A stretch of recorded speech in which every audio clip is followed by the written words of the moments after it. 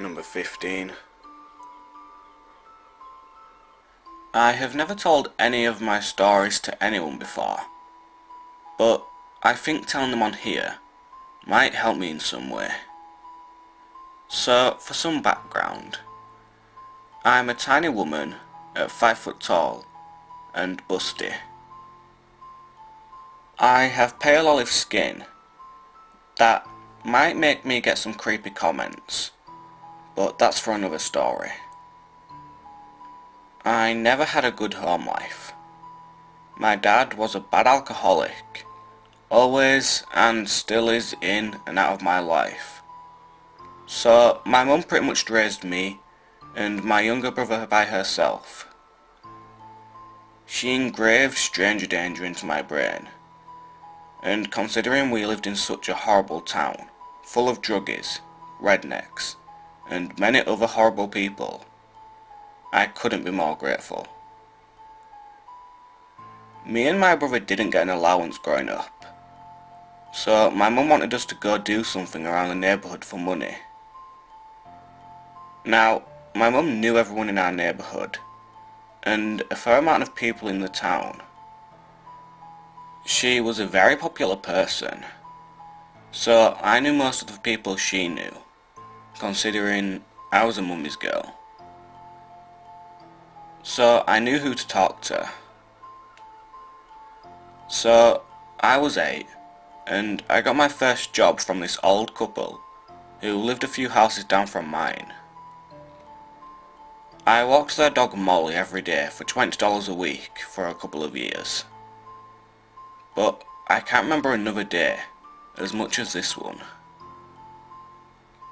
I had been out all day helping my mum do shopping, so when we got home, I still had about an hour before it would start getting dark. We were allowed to be outside all day, but we had to be back before the streetlights came on, so I went to go walk Molly. The walk went okay, until we came to the street by the main road, and at this point, it was starting to get dark. I moved over into the grass to let this old van pass, but instead, it stopped when it was near me. The van was all beat up, and it was missing a hubcap. The man driving it didn't look any better.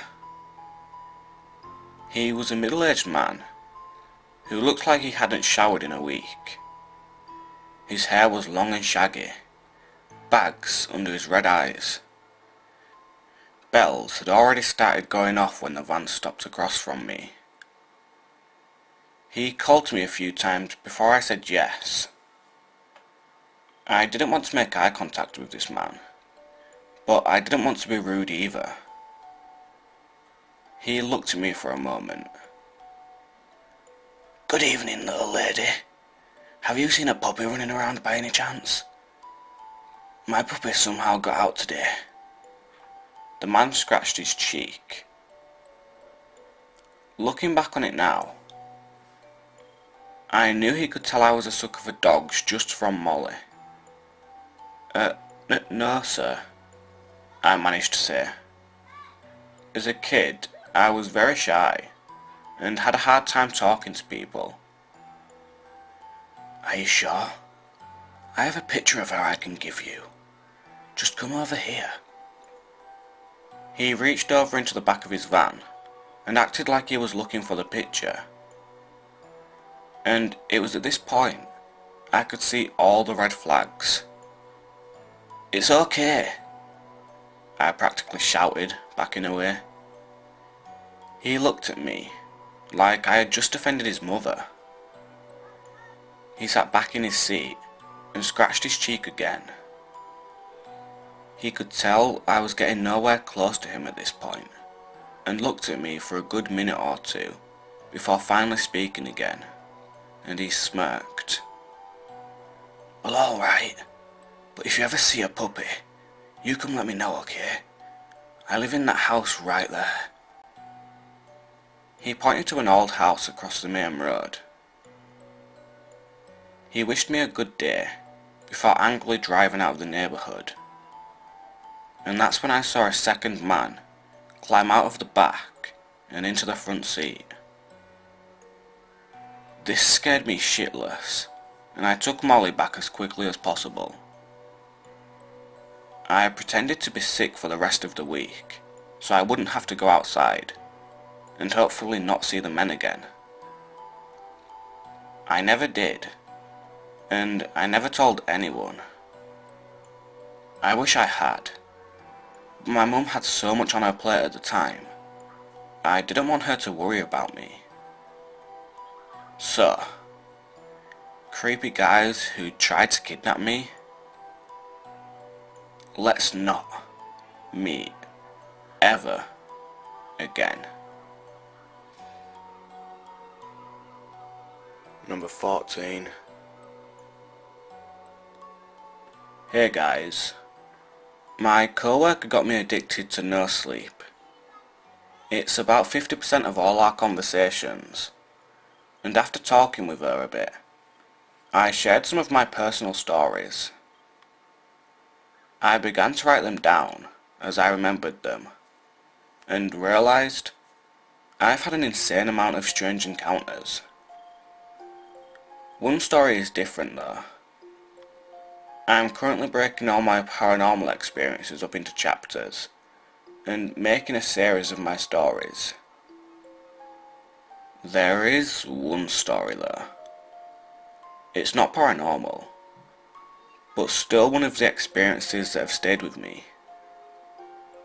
I figured since all of my stories except for this one is fit for no sleep, I would use this Let's Not Meet story as a way to shake the rust off my writing skills, or lack theory. I'm now 27. I turn 28 next month. This story takes place 10 years ago, when I was a senior in high school.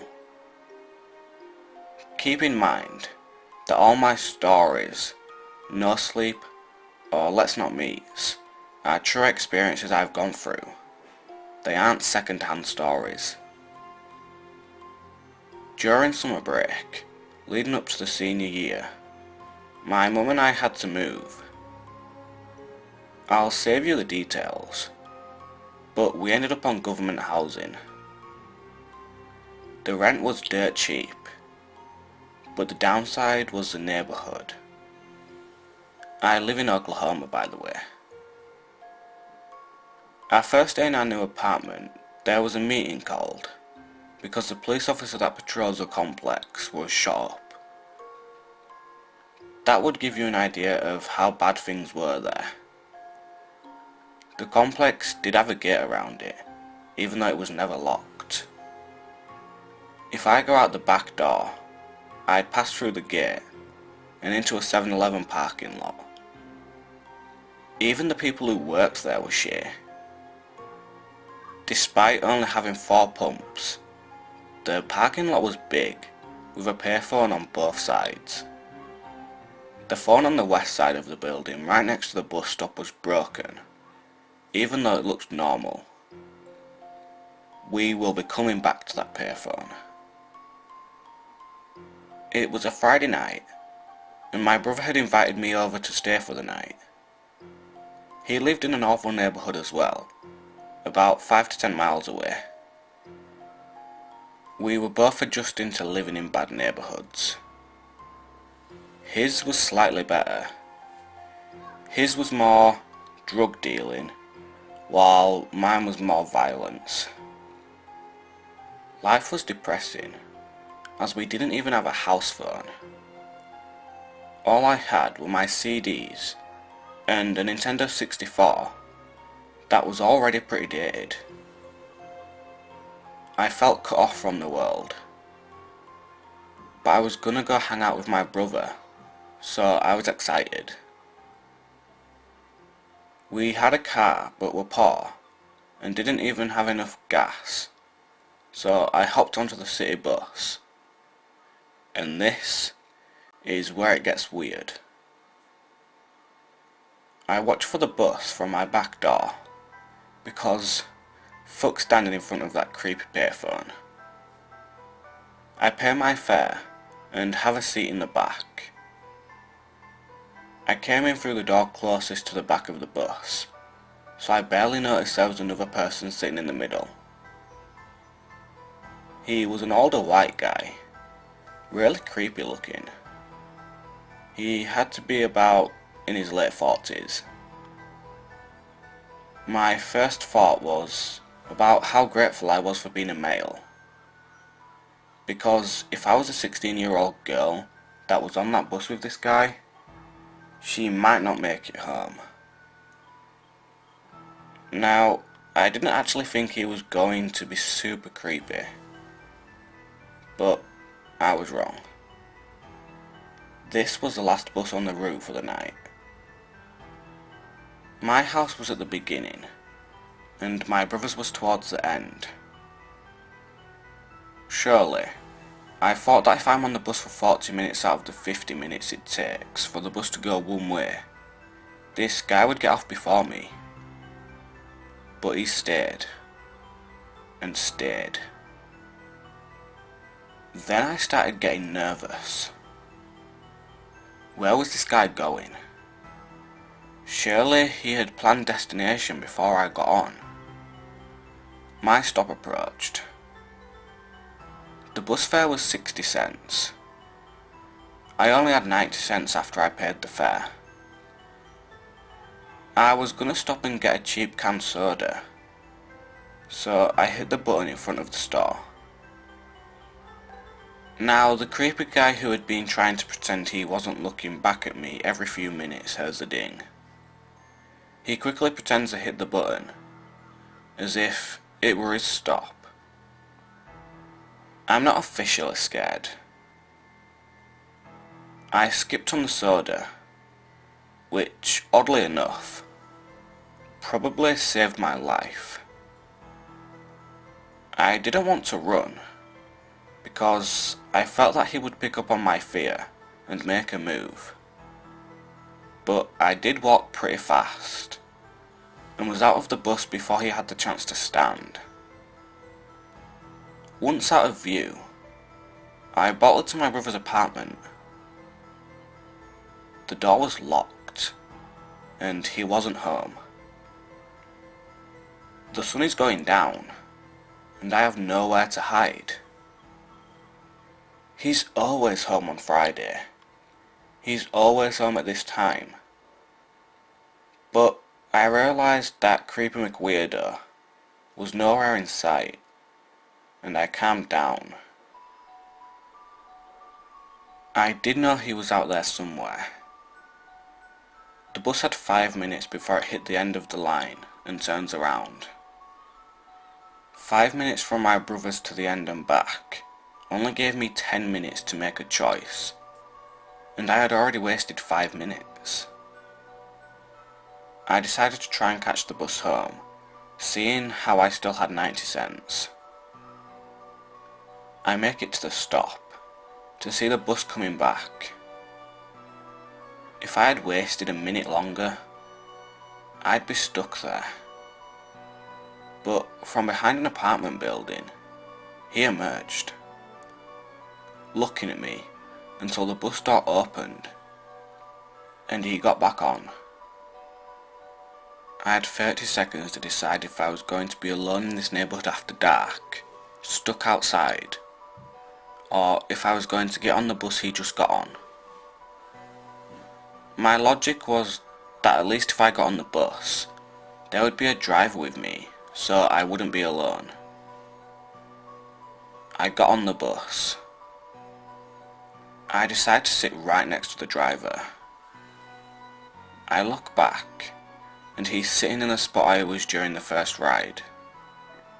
He knew I was onto him, but he wasn't going to give up. After the quietest 40-minute bus ride, I hit the button in front of the 7-Eleven, because I figured people would see if this guy tried anything. Once again, he pretended like it was his stop, hearing the ding, looking at me, and pressing the button. I was by the door, but this time, I fucking ran. Seeing a 16-year-old running for his life out of a bus got some looks. Then people looked back at the bus. I got to the gate when I turned around to see where this arsehole was. We locked eyes. He got nervous now that people were looking at him. So he grabbed the payphone, pushed a few buttons and started talking. He was pretending to have a conversation on the broken payphone. That's when I knew this guy had bad intentions, that I wasn't just paranoid. I didn't realise how lucky I was until I walked into the apartment. There was my mum and my brother. My brother forgot I was coming over and had just arrived moments before I did. He had his backpack and clothes and said he came over for the night. In other words, if I didn't get back on that bus, I would have been sitting on the porch of my brother's apartment for God knows how long, until someone went looking for me, which they did not have the gas to do. So, creepy McWeirder, let's not meet again.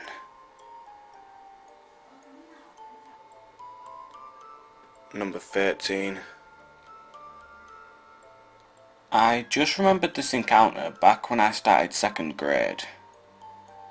To better give you an idea on why this is weird, I used to play Dungeons and Dragons when I was a kid.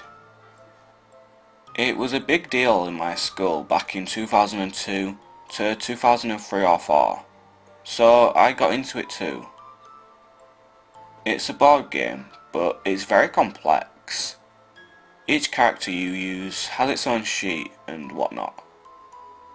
So there were some precise rules to follow to get the most enjoyment out of the game. Now, as I mentioned, this happened when I started my 2nd grade. A boy transferred from one of the classes by the name of Bogdan. He was a huge but chubby, wide-eyed, and almost intimidating, but also a very dweeby looking boy. He is weird to describe. Apparently, he was autistic, and some kids used to make fun of him, which was horrible. Now my class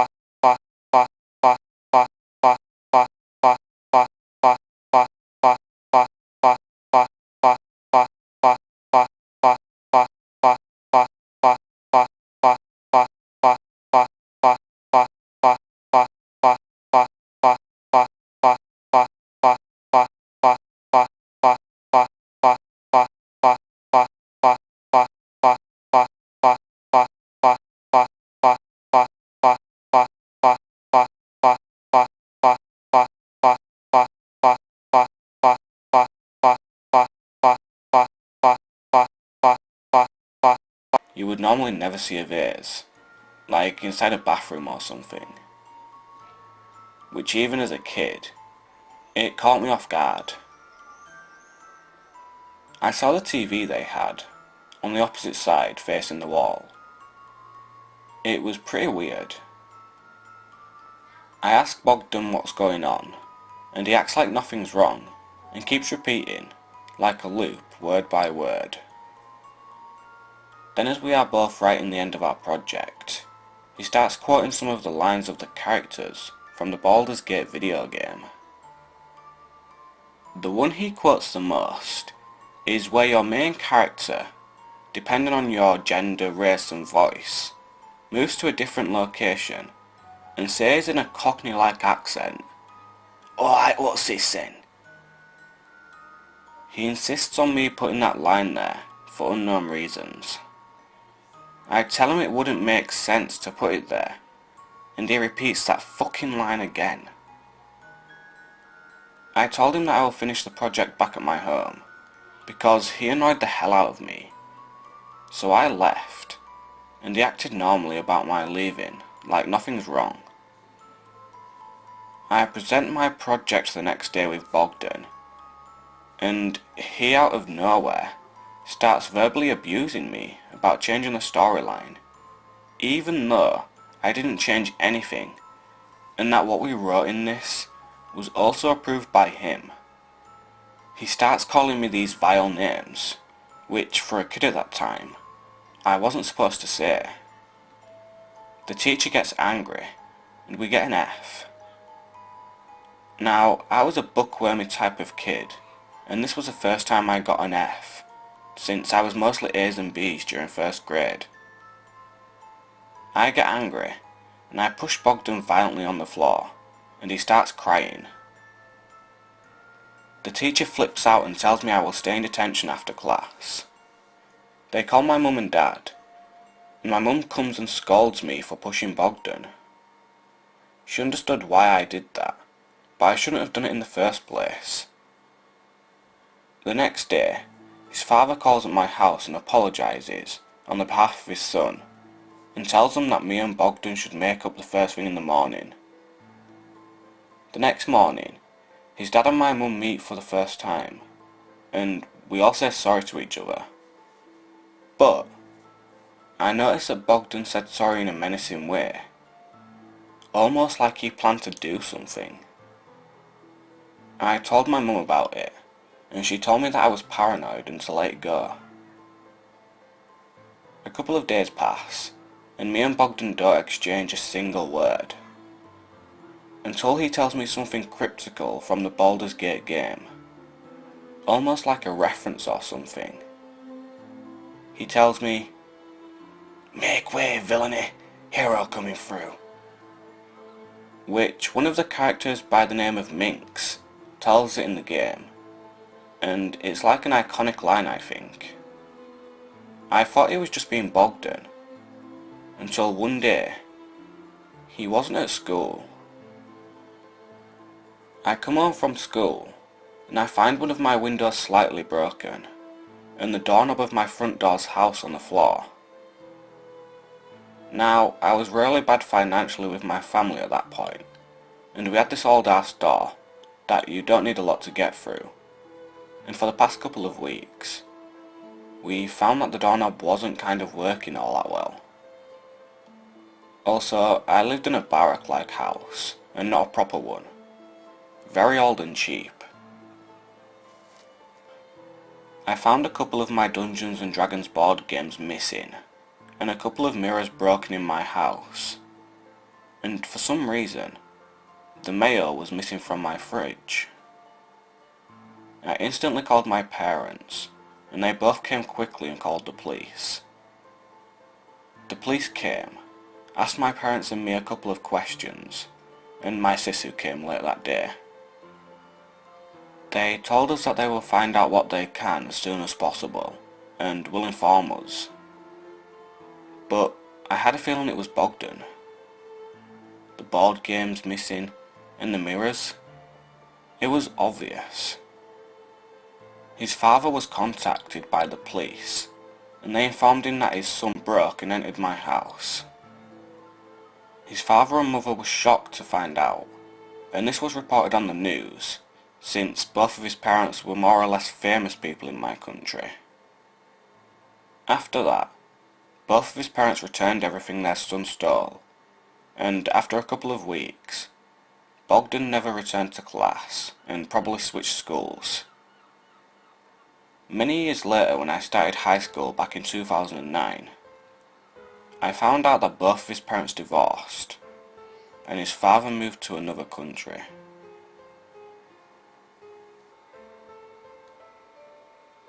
Number 12. Me and my friends were walking to the park around 9 PM in a shady part of my city. We were walking down the stone steps to get to the main road at the bottom of the hill, and there was a man waiting at the bottom of the steps. We got into a single file to let the man go past, but he never went up the steps. He just stayed there staring at us. When my friend that was in front of me got to the last of the steps, she screamed the man pulled a fucking knife. We started running, and we heard him shouting behind us, "It's just a pen!" We turned around, and he was rushing up the steps. When we got to the park, we stopped to talk to a few girls we knew, and about 20 minutes later, we all had to go. We started walking, and we passed a car with all the lights on inside. We just kept walking when we heard, "Here we girls, come over here, I want to show you something." That means, "Hey little girls, I want to show you something," for all of you who aren't from Ireland. We ignored them and just walked until I said, "Get the fuck over here, you wee slags." Slags is the equivalent of sluts. We ran the holy fuck out of there, and we didn't stop until we got far enough away from the creeps. We heard a firework go off, and thought it was a gun. We sprinted to my house and nobody was home, so I pulled out my keys, but my keyhole was broken. We saw the creep's car coming up the street. We screamed my friend's name, and he came out of his house and chased the car. We have never gone back there since.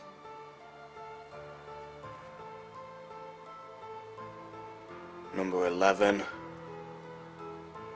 I'm 26, but at the time when this happened, I was about 14 years old, and I'm a female.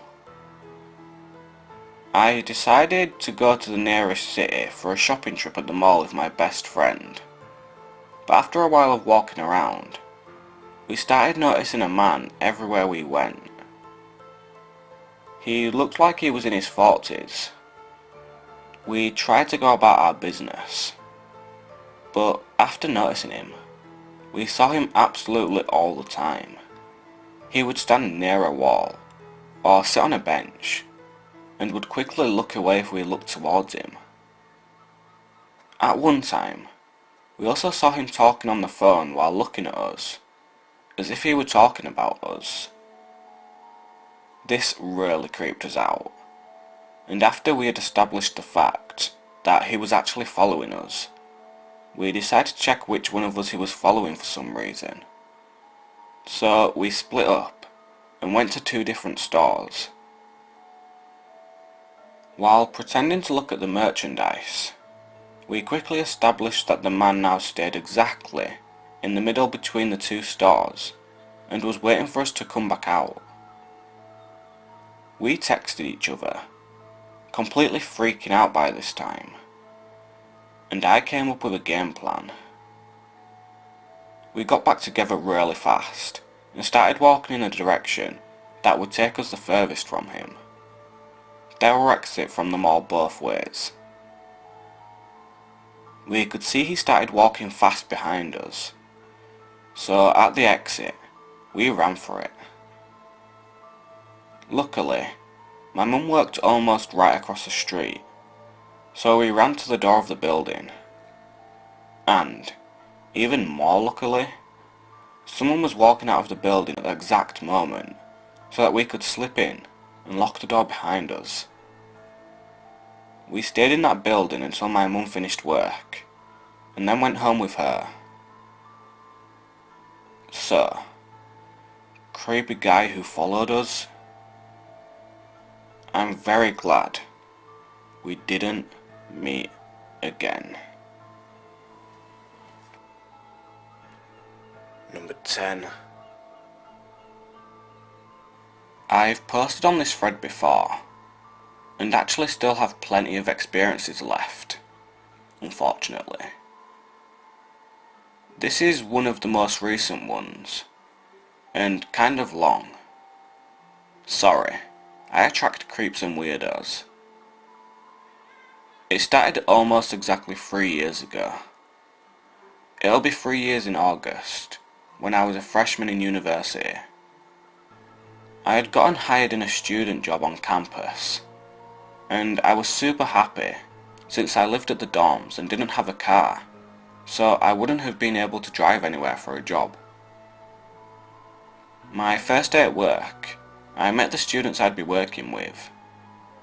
Some of them had been there for a couple of years, and others were just hired just like me. One of them was this guy named Ronnie. Ronnie and I got along right away. He was nice and funny, and I didn't feel awkward or uncomfortable talking to him. That lasted for about 2 days. A couple of days after we first met, he added me on Facebook and started messaging me. A lot. He'd ask me about my day, and what I did, and what I loved, and all those questions to get to know someone.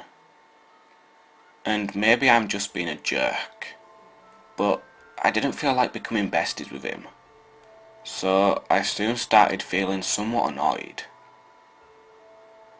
I didn't mind talking to him at work, but outside of work, I didn't want to be chatting with him 24/7. This went on for a few weeks. Even if I took hours to reply, he'd respond right away. Or even if I shortened my messages, he'd reply with a whole paragraph. He could not get a hint. He asked me out several times before I finally said okay, and we went out for ice cream. That's when it got really weird. He started asking me questions about the guys I hung out with. At first, I was just answering casually, like, oh, friends from high school, or my cousins, or the guys from the church. But then, I realised he was asking about specific guys. Like he said something about, that guy you went to go watch a movie with last Thursday. Who was that? That completely freaked me out, and I just cut this ice cream thing hangout short, saying I had to go home to my dorm. It just went downhill from there. He'd message me every single night, asking about the people I talked to that day, or why I looked sad walking out of my class. I wasn't ever sad, that was just my face. At work, he'd leave little notes on my desk, or One Direction cutouts. I mentioned to him I loved One Direction. My co-workers just teased and said he had a huge crush on me, not knowing how creepy he was being outside of work. I started seeing him everywhere. I'd see him sitting near the exit when I was walking out of my classes, or if I was late night studying at a library on campus, I'd see him sitting a few tables away. Back then, I was kind of naive and just let this happen. I finally knew it had gone too far, when one day, one of my guy friends from high school, whom I hadn't seen since he had graduated months before, had come into the office and stayed talking to me. We talked for about an hour or so. That night, I got a message from Ronnie. "Are you okay?" he asked. "Yes, why do you always ask if I'm okay?" I replied. He then responded with, "Some guy was standing in front of your desk for like an hour today. I thought maybe he was giving you trouble." Ronnie was not scheduled that day, and so I never saw him in the office. But apparently, he had been watching me. Our office is in front of this food court, and my desk was facing the court. A lot of people eating can be looking inside. That being said, I realised that Ronnie most likely always sat down and watched me, even at work when he wasn't scheduled. I replied with, "He's my friend whom I haven't seen in months, but you don't need to worry or care." I put my phone away and ignored his replies till the next morning, when I saw he had messaged like 30 times. His messages were how he had gotten very jealous and hates seeing me with other guys. And I remind him of his ex-girlfriend who had cheated on him with a friend, and how pissed he had gotten about that. So since I remind him of her, I get pissed off sometimes and he can't help it. He went off on how depressed he was, and how his jealousy and anger gets worse when he sees me with any guy, and how he will one day hurt the guys, hurt me, or hurt himself. That was it for me. I showed those messages to the managers at work, and they said they'd take care of it. I blocked him from my Facebook and ignored him in person. This was all throughout my first semester of university. A few months later, he made a new Facebook account and messaged me again. He was saying how sorry he was, and that he was better now and he'd love to be friends. I accepted his apology and said I was glad for him that he was better, but that we couldn't be friends, and I wasn't interested in being his friend. He got angry and messaged me a lot of things. I blocked him again. Every few months he makes a new account and adds me and messages me. I always deny his friend request and block his messages. The most recent he has tried to contact me was 2 days ago. I saw his message, but didn't reply. I'm not holding a grudge or anything. Like, I'm so over the whole ordeal with him. But I don't understand why he keeps trying. Like, Ronnie, get a hint. I don't want to meet you again. Number 9. This happened whilst I was in the 11th grade. I'm a female and tend to be a people pleaser. I never like to call anyone out, reject anyone outright, or act like someone is weird. I'm also a bit open-minded and tend to go with the flow. School had started in early September, and in my marine biology class, I noticed this boy kept staring at me from the corner of my eye. I had just made one of those half smiles towards him, to acknowledge him, and went on about my assignment. I really didn't think much of it for a couple of weeks, even though he continued to stare. He was very skinny and tall, had brown hair, eyes that were so brown they could have been black, and a generally nondescript face, other than his super dark eyes. One day, he decided to say hi. I said hello back to him. He told me his name, which was Alex, and I told him mine. But he said he already knew my name. That's not a surprise, as I have rather large handwriting, and he could have easily watched me write my name on my papers, since he was staring at me so much. It was just kind of odd that he didn't really have any facial expression when he flatly said he knew my name. I just laughed a little, said, "Oh, okay," and then began putting things back in my bag as the bell was about to ring. I only had a few friends, and we always sat at the same table during lunch. We were rather quiet, and most times read while we ate. That means that I don't usually look around the lunchroom, as I have my eyes in the book. This day, my friend finished her novel, so I decided to put mine away, and we could just talk. I immediately noticed Alex was staring at us from the courtyard tables. He never seemed too embarrassed that I noticed him. I showed him to my friend and told her about my class with him. She found it to be super creepy, but I said he's probably harmless and just socially awkward. I arrived in marine biology a little earlier that day, and so it was just myself, Alex, and one other girl for about 10 minutes. I half smiled at Alex, and then I decided to break out my book and start reading again. He had his hands up, folded over his mouth, and was staring again. At this time, it just felt awkward, because we were basically alone now. I glanced over at him, and kind of raised my eyebrows a little, as if to say yes. He looked me up and down very slowly, and I just asked him if he was okay. He said yes, that he was just inside of his head thinking. Okay, whatever, that's fine.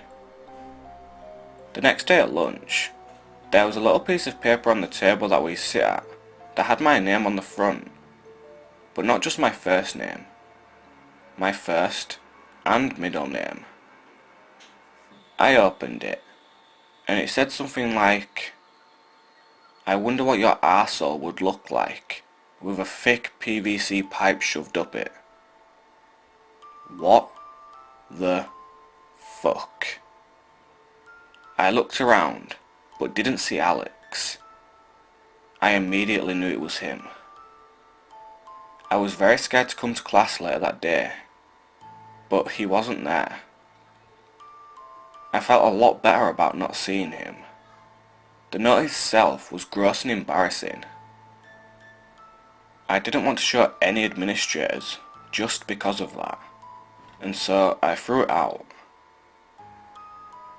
I went to the bus area at the end of the day like usual, but this time, I noticed Alex leaning on one of the pillars with his backpack on one shoulder. I literally felt chills down my spine when I noticed a white PVC pipe poking out of the top of his backpack through the zippers. I didn't give him any reaction to my knowledge, even though I'm sure he was watching me when I read the note. The next morning, I made an appointment with a counsellor and had my class changed. She was very reluctant to do that for me, because we were already in the school year well over a month and a half. But I think since I have a history of good grades and behaviour, she helped me out. I spent the rest of the year avidly avoiding him. He kept staring at lunchtime, and one time he took photos of me at the bus area without my consent. Even though it was against school policy, I got some pepper spray for when I got off at my bus stop. I have no clue what happened to him, because when 12th grade began, he was no longer at our school. I'm not even sure if I want to know how he turned out. So, creepy kid with a pipe fetish. Let's not meet again. Ever. Number 8. This happened about 4 years ago, and I thought I would share it with you guys so you can give me your opinion. I apologise for bad grammar, since English isn't my first language. I was 15 at the time. But anyways, back to the story. I live in Croatia, on one of its many islands. The island I live on is fairly big, although it only has 3 little towns, and the biggest one has about 50 people. Most people have cottages, and come only during summer. It's pretty lonely and deserted during all other seasons. 2 of the towns are located on the coast, and the third one, the one I live in, is just a 15-minute ride inland, surrounded by an evergreen forest. It's a really peaceful island, and I know basically everyone that lives there. Neighbours are really nice, and the life here is pretty boring and uneventful. I grew up with only one friend, so naturally, I was really close with him. We basically did everything together. We enjoyed camping and fishing, and we would often camp out in the woods near our town. My parents knew it, and they didn't worry, since there was absolutely no crime on the island, and everybody knew each other. It was mid-spring, and we decided to open our camping season. We packed our things as usual, and headed on our familiar path. After a few hundred meters, we came across a fallen tree that was blocking the path. No big deal, I thought, since thunderstorms are rarely common on the island. We headed into the woods, not following any path, but I knew there should be a clearing a few dozen meters ahead. I knew the whole island like the back of my hand. Sure enough, a few minutes later, and we find the clearing, and we started setting up the camp. I remember that the weather was beautiful that day, without a cloud in the sky. I raised the tent, while my friend was collecting the wood for the fire. We lit the fire, made ourselves dinner, and had a couple of beers. Maybe one too many. The night was peaceful. I only woke up once, and I don't really know why. I thought I heard a car engine, but shrugged it off as imagination, as it was really late, and I was a little bit drunk. The next night, I woke up because I had to pee. So I got out of the tent, when I noticed a strange dim light a couple of hundred meters to the north. I thought nothing of it, and I went back to sleep. The next night, the same thing happened. I woke up, went to piss, and the same orange dim light was barely visible from the woods.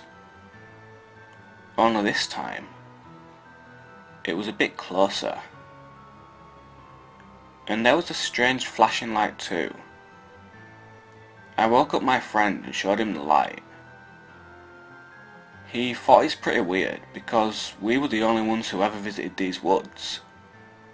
But we just agreed we would check it out in the morning. I didn't get much sleep that night since the light really started to bug me. The more I thought about it, the weirder it seemed. At dawn, we headed out.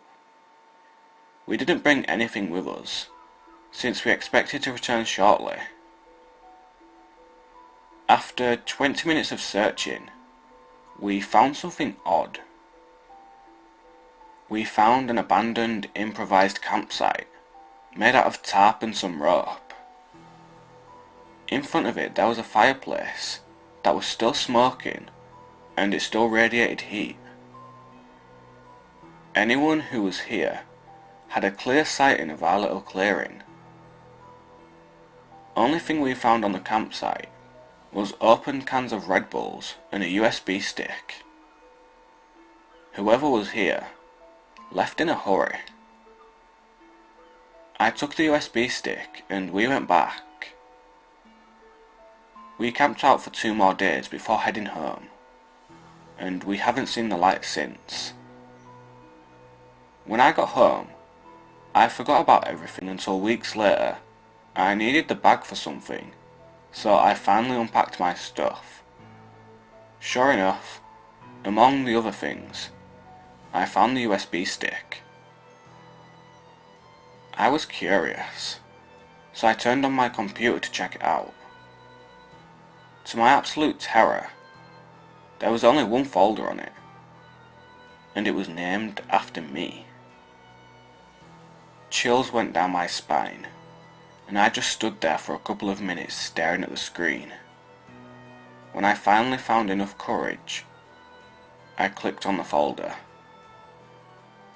The folder was filled with pictures.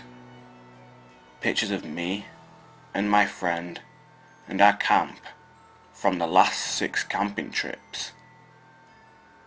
I was terrified. One picture in particular stood out.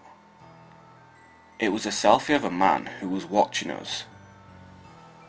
I've never seen that man before, and he didn't look creepy. He was in his late 20s, had a nice clean cut hair, trimmed beard, and hunting clothes. I immediately called my parents, and we went to the police on the first ferry, since there was no police station on the island. I told the police everything and gave them the USB stick. They said they'd look into it. A few days later, I got a phone call from the police, and they said they don't know the man, and that they can't do anything. They also said they will keep me posted for further information. I never saw or heard from that man again. To the creepy man, let's not meet. Number 7. Creepy just seems to follow me.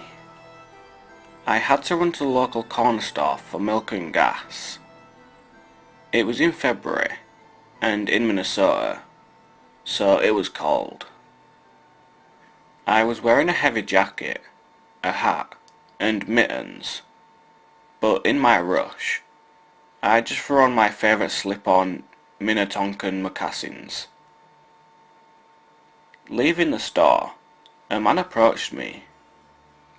This was a smaller sized town, so at first, I wasn't afraid at all. I just thought he needed directions or something. I should have known immediately that something was up, because his first sentence was, "This is going to sound a bit odd, but..." He proceeded to tell me that he was trying to play a prank on a friend. Yeah, sure. And wondered if I might sell him my shoes. I think I blinked twice, as the reality of the situation sunk in. "You want my shoes?" Sorry, but no," I said as he stepped closer. He was between me and my car, so I attempted to step around him, when he stepped in front of my car and put his hand on the car handle and said, "Look, I just really need your shoes." I locked eyes with him and told him the first thing I was going to do was stab him in the eyes with my key, and then I would scream as loud as I could if he didn't back away from my car. I took one step towards him. It probably wasn't the smartest thing to do. He called me a selfish bitch and walked off. I cannot tell you how many times I've been asked how much he was willing to pay for my shoes, and before anyone here asks, I didn't let it get that far, and it wouldn't have mattered. There was not a time when I went back to that store that I didn't look around and worry that he would be there. Number 6. Having just finally making an account on Reddit yesterday and posting about what happened the other day got me thinking of some other creepy stories that have happened to me in my time. This story happened a few years ago. I was probably in the 8th grade, so 13 or 14 years old. I was walking home from school because I live on a dead-end road, just across the street from the school, with no more than 6 or 7 houses on it. Weeks prior to this occurrence, I had started to notice a small red car showing up in the parking lot of a shut-down bowling alley or bar, whose back parking lot faces the street before it turns. It seemed to always be there when I walked home from school or walked my dog. A few weeks later, I was walking home from school, and instead of the car being parked in the parking lot, it was parked on the side of my road, on the very end just before the highway. A little note.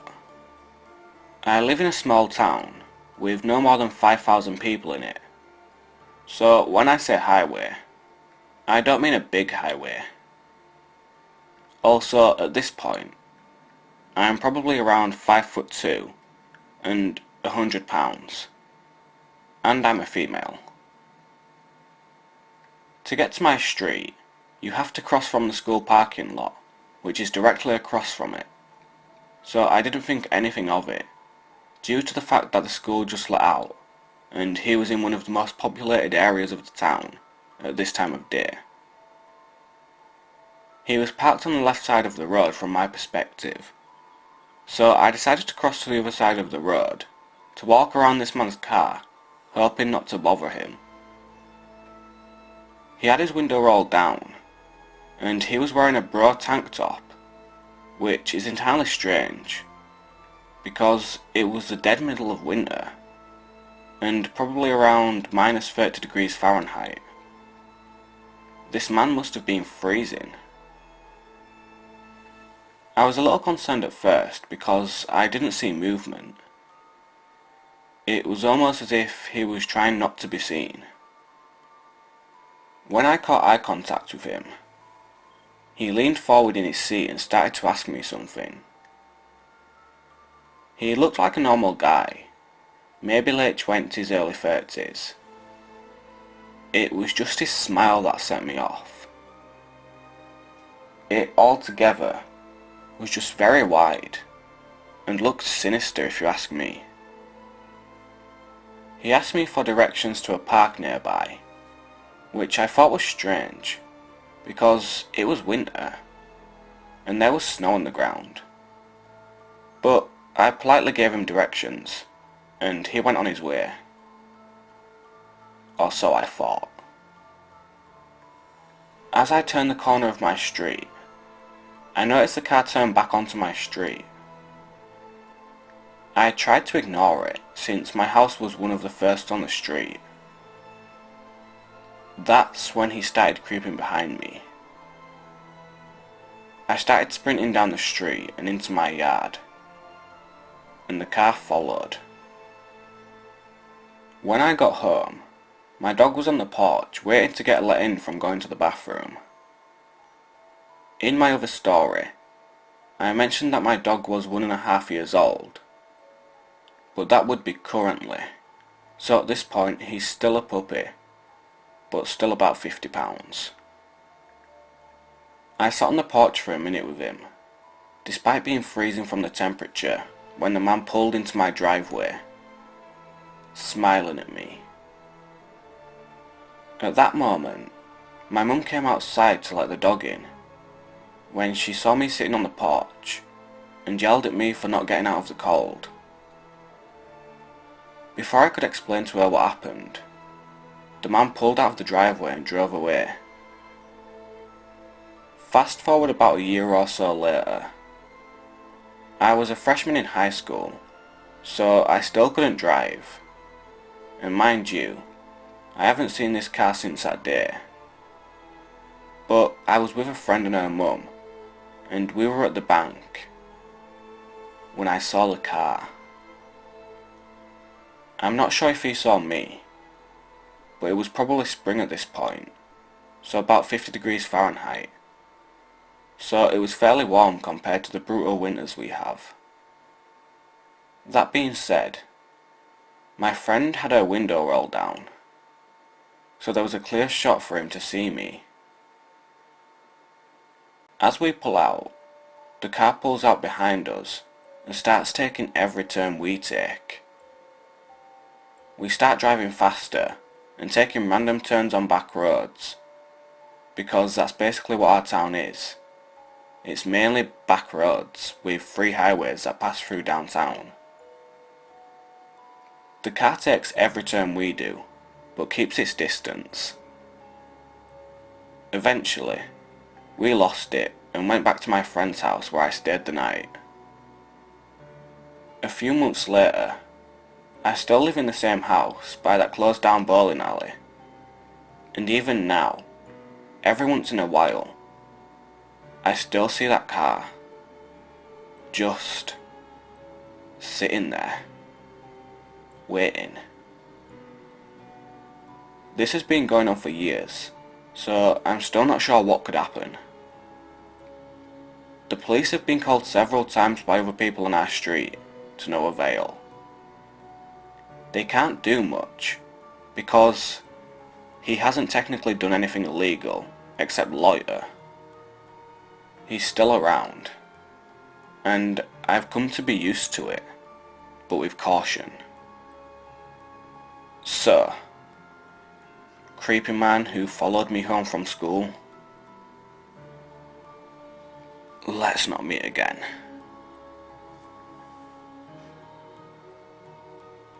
And 5.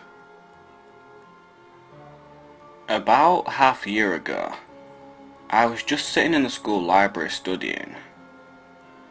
It was about 4:30 PM, so I was the only one there with the librarian. She was a tall woman, with long dark hair with grey streaks in it. She had her reading glasses on, and was looking at her computer on the other side of the room. Suddenly, she got up and started walking towards me.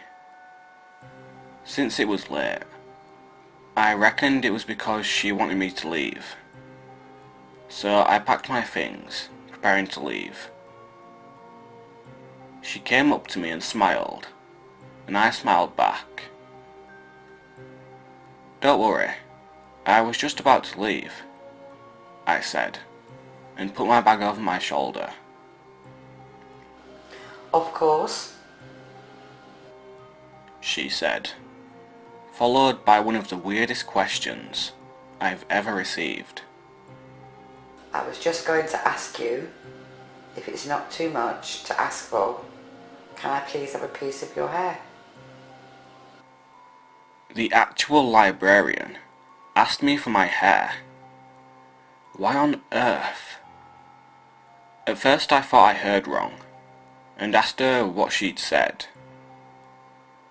She just told me she makes dolls at home, and she thought my hair was pretty, and since we were all alone, it wouldn't be weird.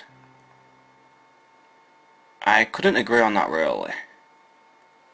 Still a little weirded out, I said I really have to go. She was absent from the library the next day when I returned the books, so I decided to put them on her desk. I accidentally knocked over a pile of books on her desk, and bent down to pick them up.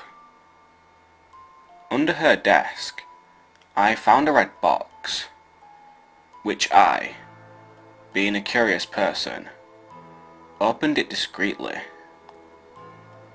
In there was nothing other than a fucking voodoo doll and some bones. Not sure, but maybe bird bones. There was our headmaster's name written on the doll, and it had a bunch of needles in it. Creeped out, I closed the box and went out of the library. I ran to class, and thinking about it, our headmaster had been sick for a few days. The next day or so in school, I was sitting in English class, writing, when I saw the librarian look into the classroom, straight at me. We had eye contact for what felt like ages, but were maybe 2 seconds, and she gave me a quick smile and walked away.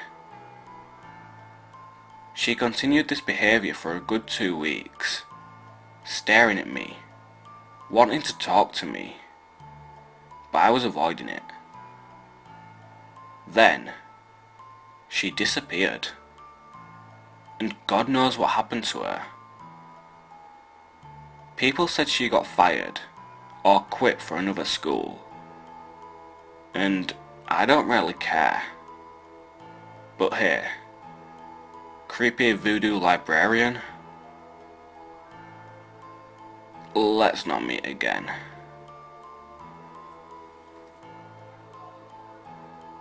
Number 4.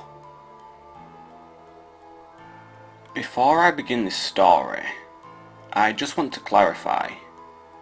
My camper is a small mobile home, almost like a recreational vehicle, except it is pulled behind a truck. This story takes place around July a few years ago. I was a 16-year-old girl. I lived at the end of a street with about 7 houses on it. We were the last house, and were surrounded by thick forests on 3 sides. We were getting ready to go on our annual, week-long camping trip with a few people from our family. Our camper was sitting in our driveway, and we had been packing the previous day. But on this day, it had been raining, so we couldn't get much done. At some point in the day, the raining had started to stop, and I was moving a few things that I needed from my room to the camper. I went out onto my porch facing the camper, with probably around 3 bags in my hands. As I was just about to go down the steps, something caught my eye from inside of the camper. It was a face. The face of a man. He was just staring at me through the window. I didn't want him to know that I'd seen him, so I made a face and acted like I'd forgot something inside the house. I dropped the bags and went back inside, trying as hard as I could to look normal. I got inside and ran to the living room to tell my mum and dad what I'd seen. My dad, being big and bad and owning a ton of guns, went into his room to grab his pistol. He told my mum to call the cops, and he went out to the camper. My mum called the cops and they said they'd be there as soon as they could. My mum and I were standing on the porch, and it only took about 2 minutes for my dad to come out of the camper with the gun pointed at this rugged, nasty looking man. The police got there in about 10 minutes and took the guy into custody. Apparently, the man was homeless and had a record of aggravated assault, and he was looking for a place to get out of the rain. And since we hadn't locked our camper, he took the opportunity. The man said he had no intentions of hurting me, or anyone for that matter.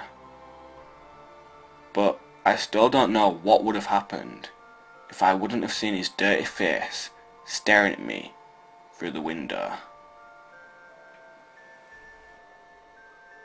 Number 3. My story happened when I was 13, and it lasted for a few months. At this time, I lived a few houses away from my auntie, but we were both connected by an alley. So I could walk out of my back gate, walk down the alley, and enter my auntie's garden through her back gate. I know it's boring, but it helps the story make sense. So the first incident. I was at my auntie's house. Myself and my cousins were playing out in the garden. It was pretty late on a summer night and starting to get dark. At the bottom of the garden, there is a 6-foot fence with the back gate leading into the alley. We were playing a game, and my cousin Matt had his back against the fence. My youngest cousin Emma, who was 5 or 6 at the time, asked who he was. We all laughed, and Matt said, "I'm Matt, who are you?" She then laughed and said, "No, Matty, who's that?" Pointing to Matt again. For a second, we all stood confused, but then Matt span around to look through the fence into the alley. Someone stood up and ran away from the gate. They had been crouched down behind Matt and took off running when Emily pointed at them. We all ran inside screaming. My mum and auntie went out but couldn't find anyone, so we rang the police, who said it was most likely a homeless person and not to worry. Skip ahead a week or two. Late one night, my brother had went running into my mum's room crying and woke her up. He said he could see a man sat in our garden. My mum had a look out of his bedroom window and couldn't see anything, so she told my brother he must have been dreaming and to go back to sleep. Early the next morning, my mum went out back for a cigarette. Our garden furniture had been placed upside down, and right in the middle of our garden, there was half a tin of beans with a plastic fork stuck in it, sat on top of a newspaper, as if someone had sat there and eaten. It sounds silly, but it was terrifying at the time. My auntie also called the police again, because when she had been in the shower, which is on the ground floor facing the back garden, she had seen someone's fingers inside, pulling at the window as if trying to open it further. Other small things happened, like a couple of times both mine and my auntie's back gates would be shut and locked, but in the morning they would be wedged open with bricks. We didn't even have bricks, so I have no idea where they came from. No other neighbours ever experienced anything, and the police never found anyone responsible. It just stopped. No explanation. Number 2. So, a little backstory. I'm a young girl that lives in a city with a lot of people. I live downtown with some of my friends. My parents are overprotective, which is one of the reasons I sneak out after they fall asleep. One of my friends, let's call him Zach, and I decide to sneak out and walk around. Him and I are great friends. He's like a brother. Anyway, it was around 2 AM that we snuck out. Nobody's out on the street, and very little cars are driving around. We decided to go to a golf course. As we walked, I noticed a black car following us, but staying a few yards behind. I didn't want to scare Zach, so I kept it quiet, brushing it off as a coincidence. Him and I eventually get to the golf course. There's no street lamps, so it's pitch black. Zach looks back, then whispers, "There's a car parked at the corner. They're watching us." I told him not to pay attention, but I could tell he was a bit shaken.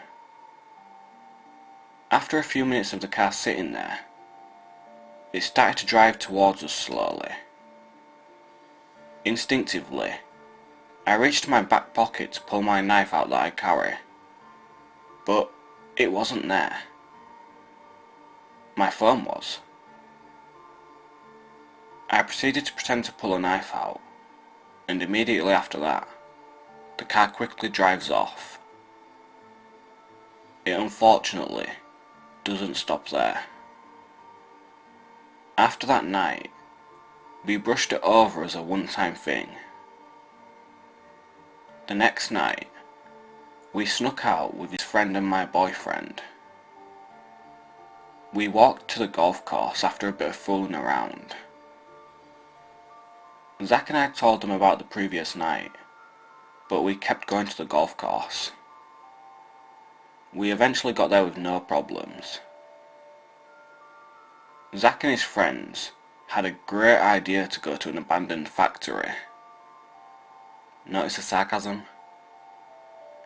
The way down was still dark and silent.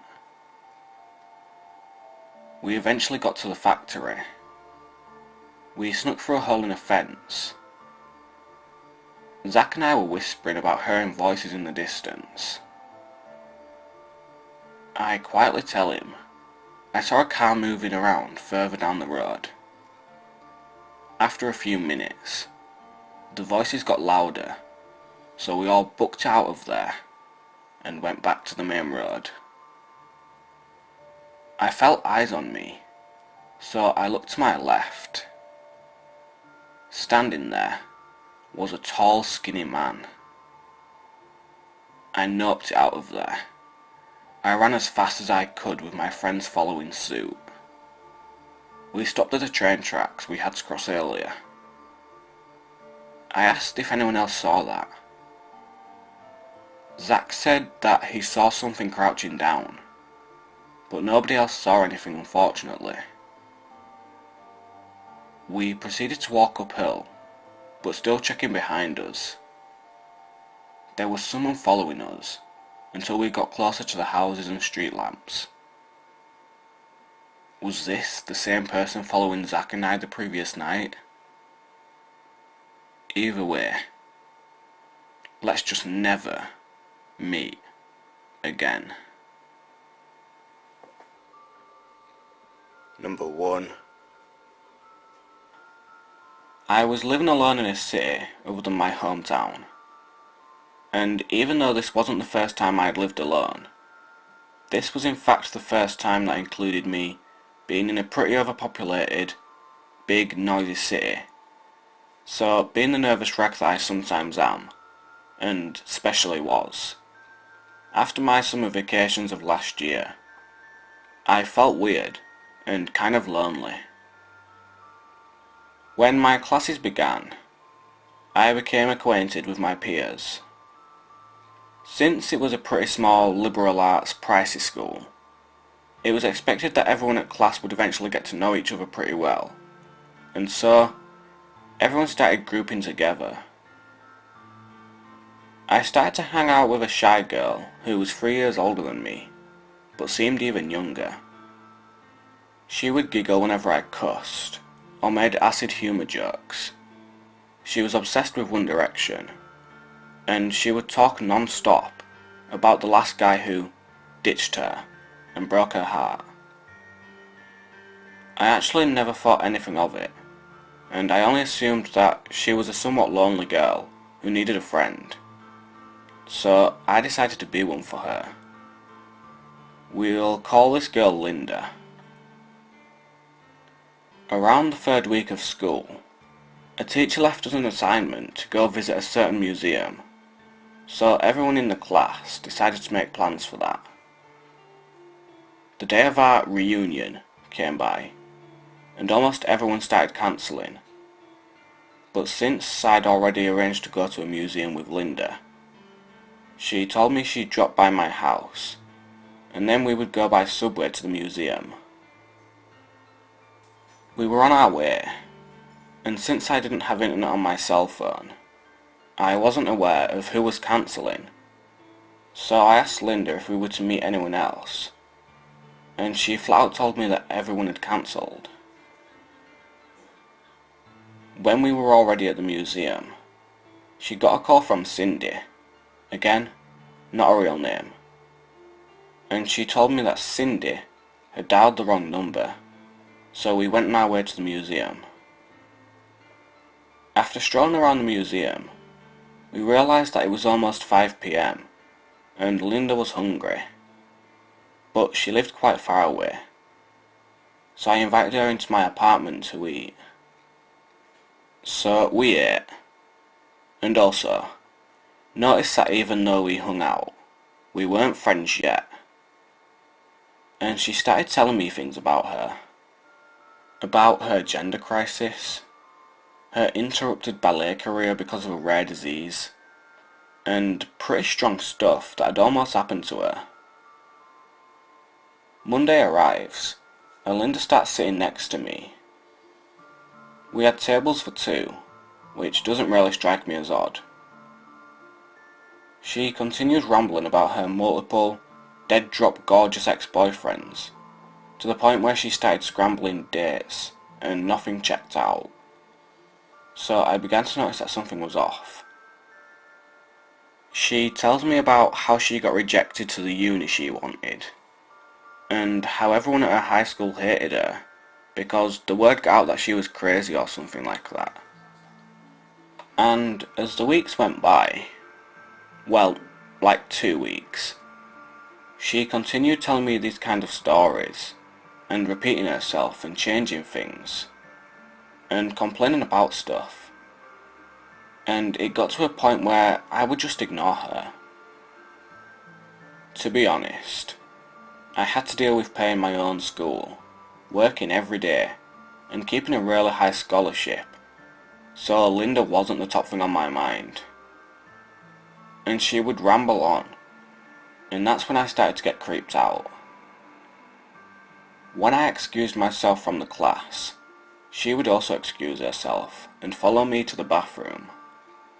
She started to mimic every single freaking movement I made when sitting, and she began writing my name over and over in all of her notebooks. She started to change her hairstyles so that they matched the one I had that day. I'm not exaggerating. She would plainly tell me that she was trying to look like me. She wanted to kiss me and hug me out of everything. And she started texting me how much she loved me. Taking notice that we weren't friends because I started to freak out, and how much she enjoyed hanging out with me.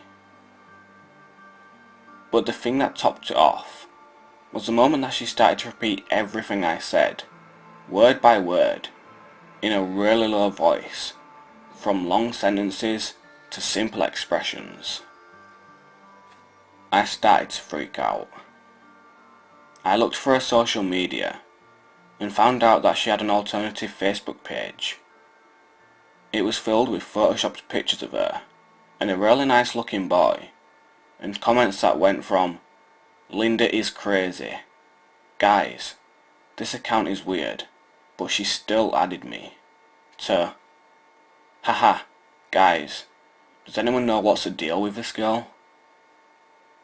And from time to time, comments made by her main Facebook account that read, "Honey, we look so good together. I love you."